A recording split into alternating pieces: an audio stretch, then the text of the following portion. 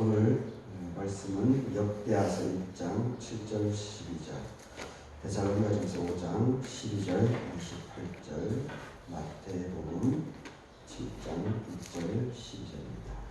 한 구절씩 나누어 보도록 하겠습니다. 역대하서부터입니다.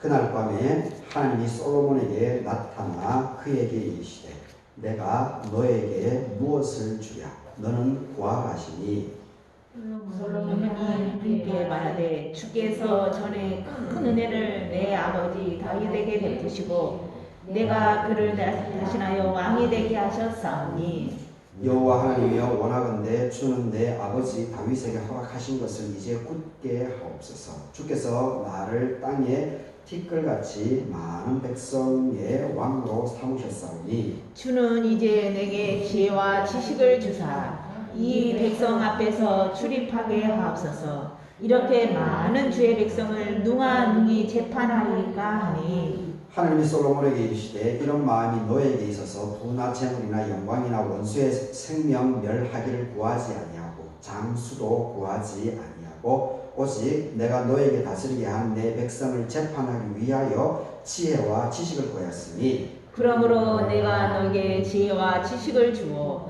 부와 재물과 영광도 주리니 내 전에 왕들도 이런 일이 없었거니와 내 후에도 이런 일이 없으리라 하시니라. 데살로니가전서 5장 12절 28절입니다. 형제들아 우리가 너희에게 구하노니 너희 가운데서 수고하고 주 안에서 너희를 다스리며 권하는 자들을 너희가 알고 그를 말미암아 사랑 안에서 가장 귀히 여기며 너희끼리 화목하라. 또 형제들아 너희를 권면하노니 게으른 자들을 권계하며 마음이 약한 자들을 격려하고 힘이 없는 자들을 붙들어주며 모든 사람에게 오래 참으라. 상가 누가 누구에게든지 악으로 악을 갚게 하지 말고 서로 대하든지 모든 사람을 대하든지 항상 선을 따르라. 항상 기뻐하라. 쉬지 말고 기도하라. 범사에 감사하라. 이것이 그리스도 예수 안에서 너희를 향하신 하나님의 뜻이니라. 성령을 소멸하지 말며 예언을 멸시하지 말고 범사에 헤아려 좋은 것을 취하고 악은 어떤 모양이라도 버리라. 평강의 하나님이 친히 너희를 온전히 거룩해 하시고 또 너희의 온 영과 혼과 몸이 우리 주 예수 그리스도께서 강림하실 때에 흠없게 보존되기를 원하노라. 너희를 부르시는 이는 미쁘시니 그가 또한 이루시리라. 형제들아 우리를 위하여 기도하라. 거룩하게 입맞춤으로 모든 형제에게 문안을 하라. 내가 주를 힘입어 너희를 명하노니 모든 형제에게 이 편지를 우리 읽어주라. 주 예수 그리스도의 은혜가 너희에게 있을지어다. 아멘. 마태복음 7장입니다. 비판을 받지 아니하려거든 비판하지 말라. 너희가 비판하는 그 비판으로 너희가 비판을 받을 것이요 너희가 헤아리는 그 헤아림으로 너희가 헤아림을 받을 것이니라. 어찌하여 형제의 눈 속에 있는 티는 보고 너의 눈 속에 있는 들보는 깨닫지 못하느냐. 보라 내 눈 속에 들보가 있는데 어찌하여 형제에게 말하기를 나로 내 눈 속에 있는 티를 빼게 하라 하겠느냐. 외식하는 자여 먼저 너의 눈 속에서 들보를 빼어라. 그 후에야 밝히 보고 형제의 눈 속에서 티를 빼리라. 거룩한 것을 개에게 주지 말며 너희 진주를 돼지 앞에 던지지 말라. 그들이 그것을 발로 밟고 돌이켜 너희를 찢어 상할까 할까 염려하라. 구하라 그리하면 너희에게 주실 것이고 찾으라 그리하면 찾아낼 것이고 문을 두드리라 그리하면 너희에게 열릴 것이니 구하는 이마다 받을 것이요 찾는 이는 찾아낼 것이요 두드리는 이에게 열릴 것이니라. 너희 중에 누가 아들이 떡을 달라 하는데 돌을 주며 생선을 달라 하는데 뱀을 줄 사람이 있겠느냐. 너희가 악한 자라도 좋은 것으로 자식에게 줄 줄 알거든 하물며 하늘에 계신 너희 아버지께서 구하는 자에게 좋은 것으로 주시지 않겠느냐. 그러므로 무엇인지 남에게 대접을 받고자 하는 대로 너희도 남을 대접하라. 이것이 율법이고 선지자니라. 아멘. 아멘. 오늘 이 본문으로 너희를 향하신 하나님의 뜻, 너희를 향하신 하나님의 뜻 이런 제목으로 말씀을 생각해보도록 하겠습니다. 오늘 창조절 네 번째 주일입니다. 여기 참석하신 여러분들에게 벌써 지난 창조절절기 들어와서 오늘까지 이제 네 번째 주인데 이 본문 내용이 전부 다 이게 실제 생활, 실제 믿음 생활하는 것, 실제 믿음 생활을 어떻게 해야 되는가에 대한 아주 구체적인 그런 내용들을 다 언급하고 있는 그런 본문들입니다. 그래서 오늘도 오늘도 이 말씀을 통해서 이 세 본문을 통해서 이번 한 주 우리가 어떻게 살아가는 것이 지혜로운지 한번 살펴보도록 하겠습니다. 오늘은 그냥 순서대로 살펴보도록 하겠습니다. 이 역대하 1장 7절 12절에는 아주 유명한 이 본문이죠. 솔로몬의 1000번제에 대한 그 내용인데 사실 이 1000번제에 대한 이 내용이 지금 현실 기독교에서 많이 왜곡되고 있습니다. 이것을 교회 중심적으로만 이 본문을 조금 각색을 해서 적용하고 있습니다. 그 대표적인 것이 이제 1000번제, 특히 이제 성전을 건축할 때, 교회가 성전을 건축할 때 1000번제를 많이 언급을 하면서 하루하루 교회 헌금을 내게 암묵적으로 강요를 합니다. 그것은 사실은 엄밀하게 보면 이 1000번제 의미하고는 전혀 무관합니다. 근데 이제 현실 한국 기독교에서 이 솔로몬의 1000번제 의미들을 우리 한국 교회 자체에 이렇게 각색해서 적용시켜 나가고 있습니다. 하여튼 우리가 솔로몬의 1000번제 오늘 또 이 본문이 그 본문이 아니라서 이게 이제 열왕기상 5장에 또 있고 사무엘 하서에도 있습니다. 그런데 오늘 이 역대하서에는 또 사무엘서하고 열왕기서에 있는 그 내용이 또다시 이 역대하 세 본문을 이렇게 비교해서 읽어보게 되면 어떻게 서로 내용이 다른지에 대해서도 우리가 제대로 인식을 하게 됩니다. 근데 오늘 그 정도까지 자세하게는 살펴볼 수는 없지만 하여튼 이 솔로몬의 1000번제에 대한 하여튼 유명한 본문인데 우리가 이러한 본문들을 좀 잘 새길 필요가 있습니다. 원래 성경에 기록된 그 의미들을 우리가 잘 파악해서 우리 삶에 실제로 적용해 나가는 그리고 이 성경을 좀 왜곡시키는 이렇게 그런데 우리가 현혹되지 않았으면 좋을 것 같습니다.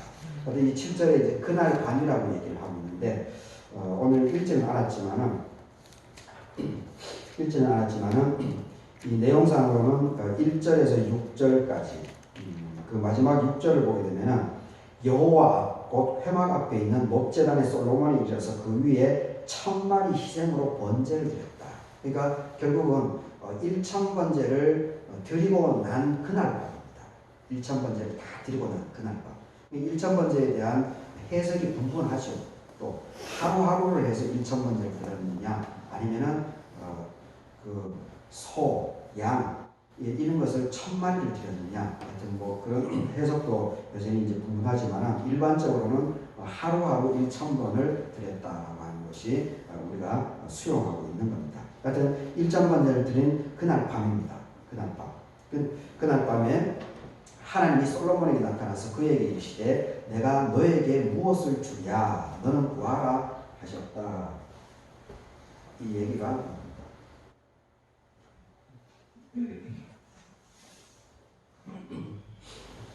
그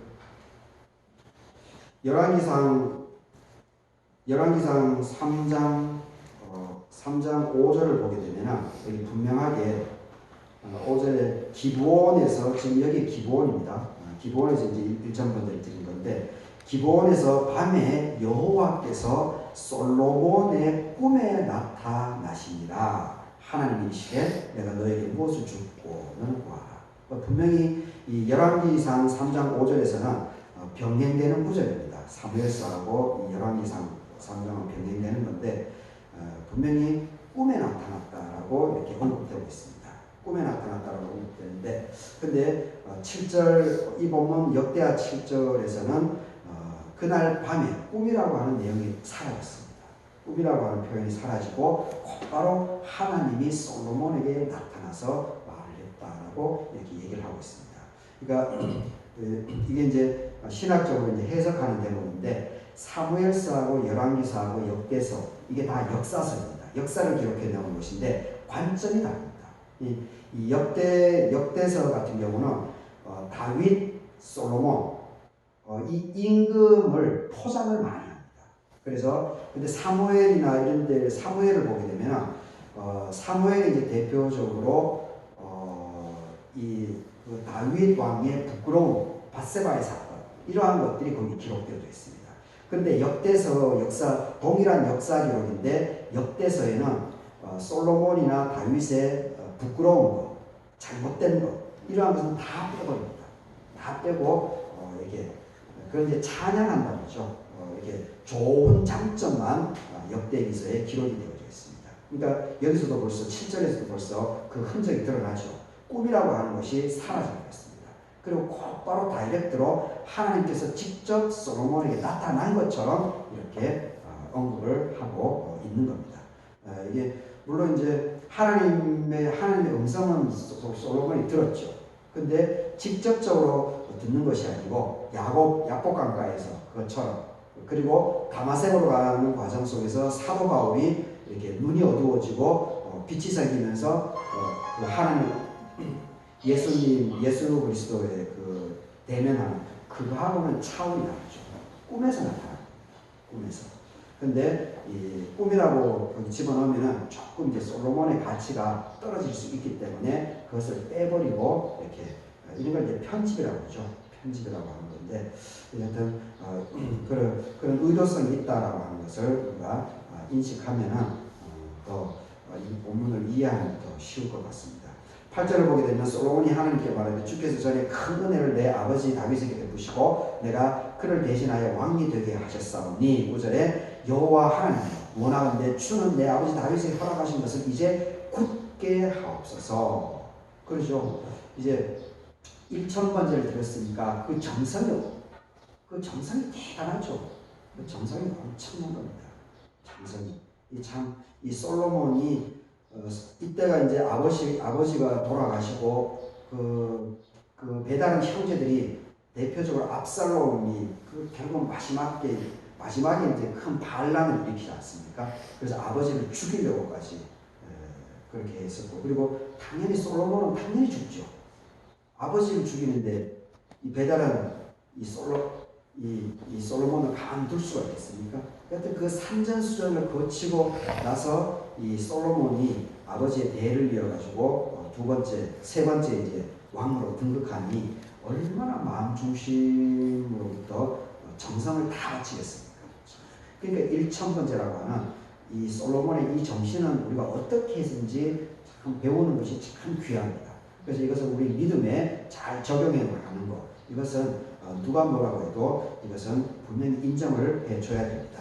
그래서 주께서 나를 땅에 티끌같이 많은 백성의 왕으로 하나님께서 아버지에게 약속했듯이 삼아주셨습니다. 그래서 주는 이제 내게 지혜와 지식을 주셔서 이 백성 앞에서 출입을 하게 하옵소서. 이렇게 많은 주의 백성을 누가 능히 재판할 것입니까? 참 이게 현명한 거죠. 임금이 된 사람이 왕이 된 사람의 왕의 기본적인 직분에 대한 것이죠. 왕의 역할에 대해서 왕이 근원적으로 해야 될 그 역할을 그 재판이죠.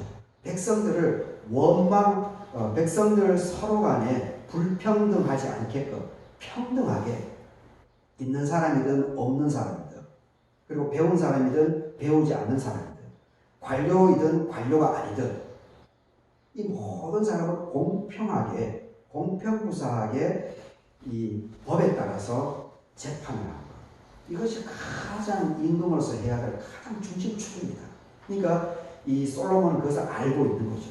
아버지를 통해서 아버지가 얼마나 해코지를 많이 당했습니까? 사울 왕 때도 해코지를 당했지. 더군다나 자기 친아들로부터도 배신을 당하고 죽을 위험을 겪었기 때문에 이 솔로몬이 그것을 잘 알고 있는 거죠. 그래서 주의 백성을 누가 능히 재판하리까? 이 재판을 잘하게끔 지혜와 지식을 달라는 겁니다.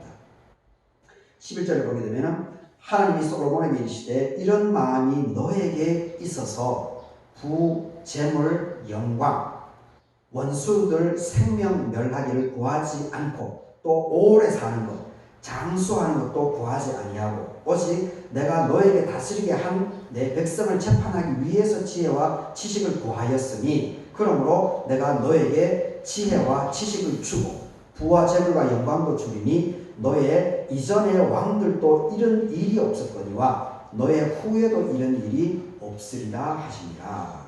하여튼 이 솔로몬이 1000번제를 드린 그날 밤에 하나님께서 꿈에 나타나가지고 이 솔로몬을 축복해 주는 그런 내용입니다. 이 솔로몬의 1000번제에 담긴 그 마음 중심, 그리고 하나님을 섬기려고 하는 것, 그리고 왕으로서 자기 직분의 근원을 잘 헤아려서 하나님께 간구해서 지혜를 얻어나가는 것, 이것은 우리가 반드시 배워야 됩니다. 그런데 또 다른 이제 중요한 부분이 뭐냐면 이게 초심입니다. 초심. 솔로몬의 초심. 첫 번째 마음입니다. 그런데 이 중반 이 마음으로 솔로몬이 이제 성전을 건축하고 그리고 궁궐을 만들죠. 왕궁을 만들고 성전을 만들고 그 이후에 궁궐을 만들어냅니다. 궁궐을 만들어낸 이후에 이제 점점 문제가 생기기 시작합니다. 점점 이제 자기 할 일들을 이제 제대로 상정을 해내지 못하는 거죠. 자기가 해야 될 것을. 그리고 성전하고 왕궁이라고 하는 큰 이 역사적인 과업을 성취하고 나니까 이제 거기서 일상에 빠져버립니다. 일상에. 그리고 자기 아버지는 힘과 지혜를 통해서 주변의 나라들을 복속을 했습니다. 그러니까 주변 나라들이 이 이스라엘을 괴롭히지를 못합니다. 그런데 솔로몬은 그 아버지의 후광으로 인해서 권력을 잡았고, 그리고 아버지가 준비해 놓은 재물을 가지고 성전하고 궁궐을 세웠습니다. 이 솔로몬은 사실은 이 군사력이 막강하지 않았습니다. 그리고 그것을 실제로 아버지를 통해서 경험을 하긴 했지만은 다윗처럼 실제적으로 이 군사력이 얼마나 귀하다라고 하는 것을 제가 볼 때는 솔로몬이 깨닫지 못한 것 같습니다.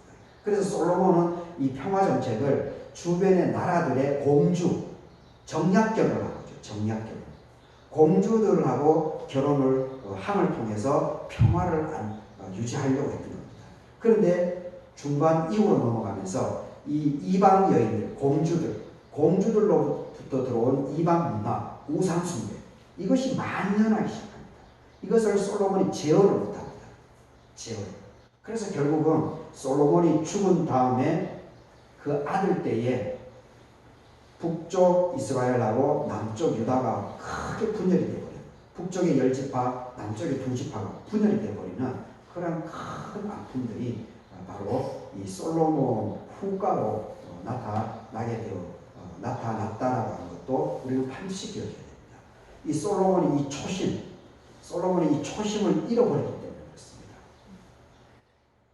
왜냐하면 그 솔로몬의 이 초심은 우리가 반드시 배워야 되고 우리 신앙에, 우리 삶에 적용을 해야 되지만, 그런데 중반 이후 성전 궁궐 건축 이후에는 일상에 빠져버려서 이 긴장감을 놓쳐버립니다. 그리고 군사력에 대한 부분을 놓쳤던 겁니다. 그리고 정략결혼으로 이 평화를 유지하려고 했기 때문에 이방 문화를 제어하지 못하고 이방 문화 우상숭배가 들어옴을 통해서 분열이 될 수밖에 없는 그런 안타까운 역사가 있었다라고 하는 것도 우리가 잘 기억해야 됩니다. 그런데 솔로몬이 1000번째 지혜를 얻은 사람, 이렇게만 우리가 기억하면 이 솔로몬의 중반 이후, 그리고 솔로몬에 의해서 남북이 분열된 이 상처, 아픔, 이것을 우리는 간과해 버리게 되면 솔로몬을 제대로 바라볼 수가 없습니다. 그리고 솔로몬에 우리가 왜곡되는 겁니다. 그래서 하여튼 이러한 일이 있었다라고 하는 것을 우리가 기억할 수 있으면 좋겠습니다. 오늘 이 데살로니가전서, 이건 참 유명한 사도 바울의 고백이죠. 이 가장 유명한 본문이 이 16절, 17절, 18절이지 않습니까? 항상 기뻐하라, 쉬지 말고 기도하라, 범사에 감사하라. 그리고 오늘 제목으로 잡은 건데 이것이 그리스도 예수 안에서 너희를 향하신 하나님의 뜻이다. 너희를 향하신 하나님의 뜻이다. 그게 항상 기뻐하는 것, 쉬지 말고 기도하는 것, 그리고 범사에 감사하는 것. 이것이 바로 그리스도 예수 안에서 우리를 향하신 하나님의 온전한 뜻이다라고 얘기를 하고 있습니다. 그래서 우리가 항상 기뻐하고 기도하고 범사에 감사하는 그런 삶의 자세를 놓치면 안 되는 겁니다. 근데 사도 바울이 지금 이것을 고백하는 이 시절은 48년경입니다. 48년. 예수님이 이제 33살에 죽었다라고 인정하더라도 그럼 AD 33년이죠. 그러면 48년이면 15년입니다. 예수님이 죽은 이후에 15년 뒤에 이 문서를 기록하는 겁니다. 데살로니가 서신서를. 그러니까 그 당시는 박해가 심했습니다. 예수님도 그 처형을 당하지 않았습니까? 공개적으로 아무런 죄가 없는데. 그러니까 초기 기독교인들이 이 당시에 로마인들로부터 유대인들로부터 오해들과 박해들이 아주 심각했던 그런 시기입니다. 그런 그 실제적인 목숨이 날아갈 수 있는 그러한 위기 국면이죠. 현실적으로. 그런데 그 상황 속에서 사도 바울은 예수 그리스도를 믿는 사람들에게 항상 기뻐하고 기도하고 감사하라고 요청하는 겁니다. 이 참 대단한 거죠. 내 목숨이 그냥 순간순간 실시간으로 날아갈 수 있는 그런 상황 속에 어떻게 내가 감사하고 기뻐할 수 있겠습니까? 두려움과 공포감이 휩싸이죠. 그러니까 이 말씀이 사도 바울의 이 말씀이 참 이게 그 엄청난 그 그리스도인들에게 위로를 주기 위한 그리고 힘을 주기 위해서 강력한 힘을 그 공포감 두려움을 이겨나갈 수 있게끔 어떻게든지 지지하고 격려해 주기 위해서 이런 말을 아주 강권적으로 하고 있다라는 것을 우리가 기억해야 됩니다. 단순히 그 기뻐하고 기도하고 감사하는 그런 내용이 아닙니다. 목숨이 경각에 있음에도 불구하고 그것을 이겨나가라는 겁니다. 예수 그리스도를 고백하면서 그것이 바로 생명이고 거기에 바로 우리를 향한 하나님의 뜻이 바로 거기에 있다라는 것을 강조를 하는 겁니다. 그러면서 이제 12절부터 쭉 제가 한번 읽어보겠습니다. 너희 가운데 수고하고 주 안에서 너희를 다스리고 권하는 자들을 너희가 알고 그들의 역사로 말하면 사랑 안에서 가장 귀히 여기며 너희끼리 서로 화목을 하고 서로 힘을 모으라고 합니다. 예수 그리스도 핍박이 워낙 심하니까 너희 믿는 사람들끼리 배신하지 말고 화목하게 서로 힘을 모으라고 합니다. 그리고 14절에서 권면을 게으른 사람들을 부지런하게끔 그 독려를 해주라는 겁니다. 게으르다고 이렇게 그 지적을 해서 그 사람을 그리스도를 믿는 그 공동체에서 도태되게끔 하지 말고 어떻게든지 한 사람이라도 한 영혼이라도 서로 격려하고 지지해줘가지고 이탈하지 않게끔 해달라는 겁니다. 마음이 약한 자들을 격려하고 힘이 없는 자들을 붙들어주고 모든 사람들에게 오래 참아. 모든 사람들.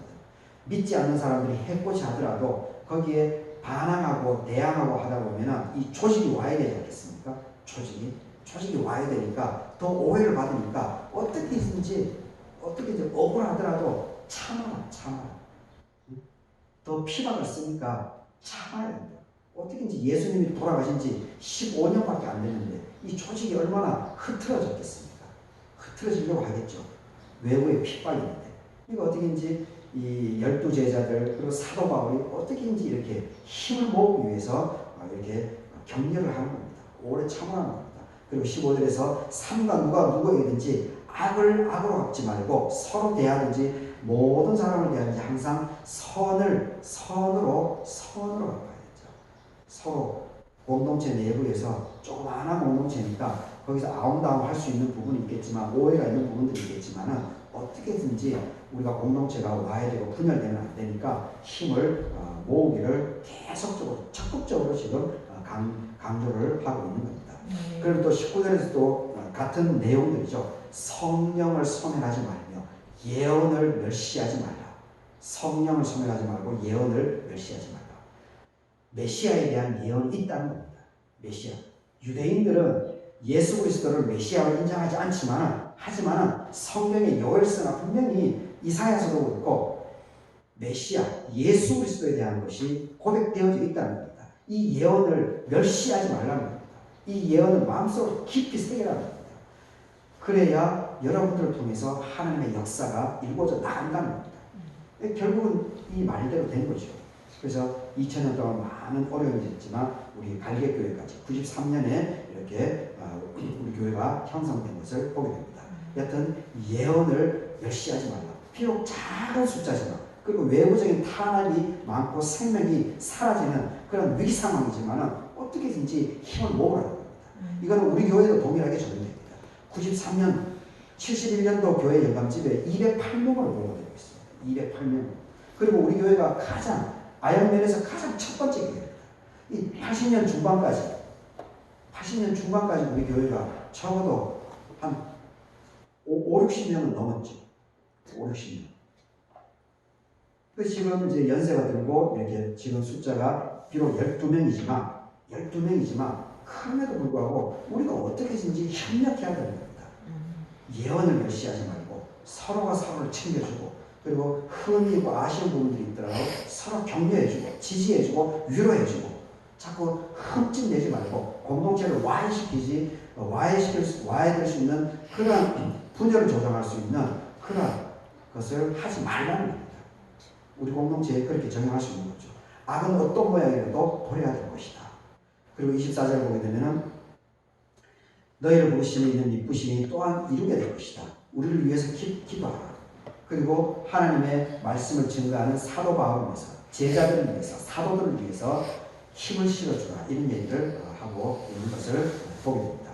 어떻게든지 교회 공동체 그리고 메시아인 예수 그리스도 이것이 예언되어졌기 때문에 이것으로 인해서 공동체가 비록 작은 공동체고 외부의 탄압이 심하지만 어떻게든지 똘똘 뭉쳐서 이걸 극복을 해 나가기를 사도 바울이 적극적으로 권면하고 있는 것을 보게 됩니다.